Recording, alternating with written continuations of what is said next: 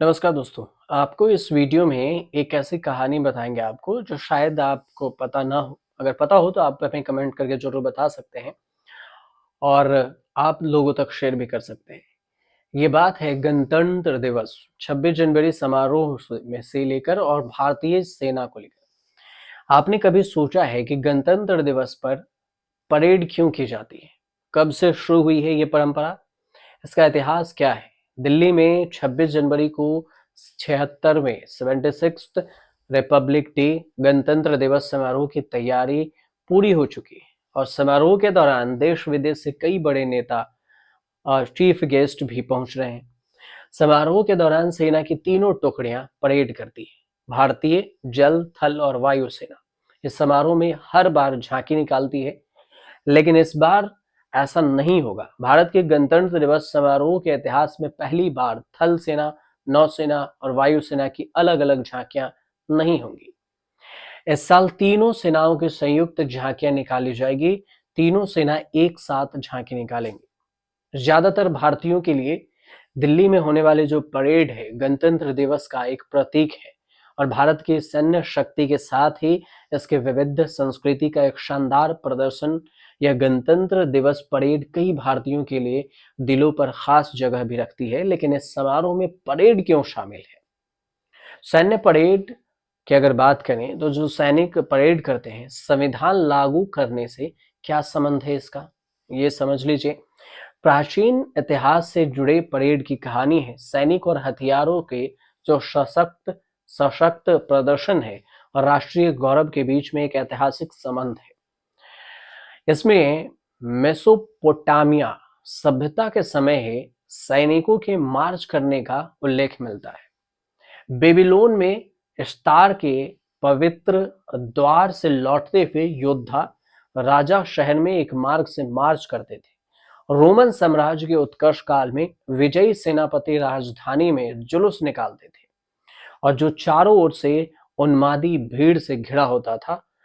Persia की सेना, जिसमें पर्शिया का अधिकांश हिस्सा आधुनिक जर्मनी का हिस्सा है, वो आधुनिक सैन्य परेडों का अग्रणी माना जाता था, सबसे आगे चलने वाला। अब भारत की जो औपनिवेशिक अतीत है उससे भी जुड़ाव है। ब्रिटिश राज के दौरान शाही परेड और जुलूस आम बात थी। वे न केवल भारतीयों के लिए बल्कि बाकी दुनिया के लिए भी, खासतौर पर यूरोपीय औपनिवेशिक शक्तियों के लिए ब्रिटिश शक्ति का प्रदर्शन करते थे। और जब भारत को स्वतंत्रता मिली तो उसने कई पुरानी ब्रिटिश परंपराओं को भी जारी रखा। इसमें एक परेड भी है और परेड ये ब्रिटिश समय का ही दिया हुआ है। भारत के पहले गणतंत्र दिवस पर सैन्य परेड का आयोजन किया गया था।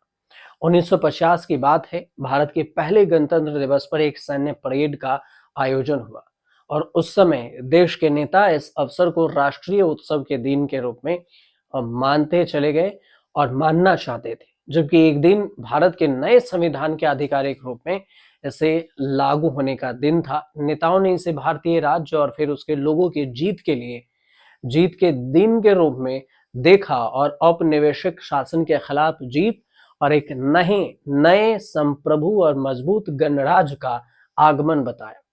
और इस प्रकार से देखा जाए तो ब्रिटिश काल का जो परेड है वो सैन्य परेड को गणतंत्र दिवस समारोह के एक अभिन्न अंग के रूप में मान लिया गया, चुन लिया गया। इतिहासकार रामचंद्र गुहा कहते हैं कि इंडिया आफ्टर गांधी में उन्होंने एक किताब में लिखी 1950 में परेड इरविन इफ थिएटर, वर्तमान में जो मेजर ध्यानचंद नेशनल स्टेडियम है, उसमें आयोजित की गई थी। और इस समारोह में भारत के पहले राष्ट्रपति डॉक्टर राजेंद्र प्रसाद का आधिकारिक शपथ ग्रहण शामिल था।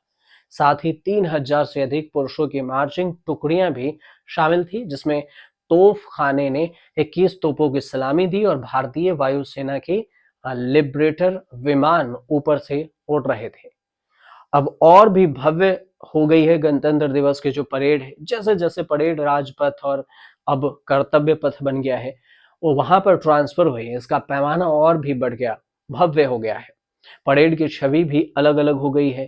अब तत्कालीन वायसराय के घर से लेकर ब्रिटिश भारतीय सैनिकों के स्मारक तक जिसे हम आज इंडिया गेट के नाम से जानते हैं, समय के साथ इसे एक नया अर्थ प्रदान किया गया।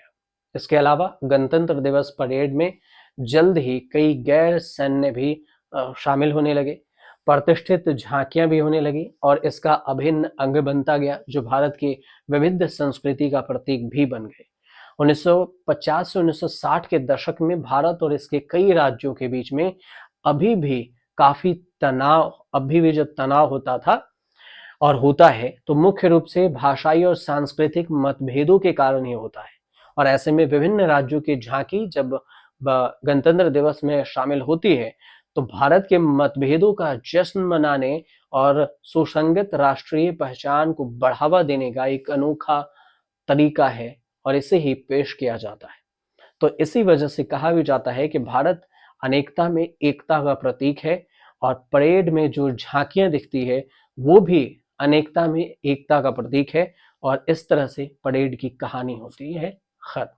आपको अगर जानकारी सही लगे तो हमें कमेंट कीजिएगा और वीडियो को शेयर कीजिएगा और चैनल को सब्सक्राइब कीजिएगा।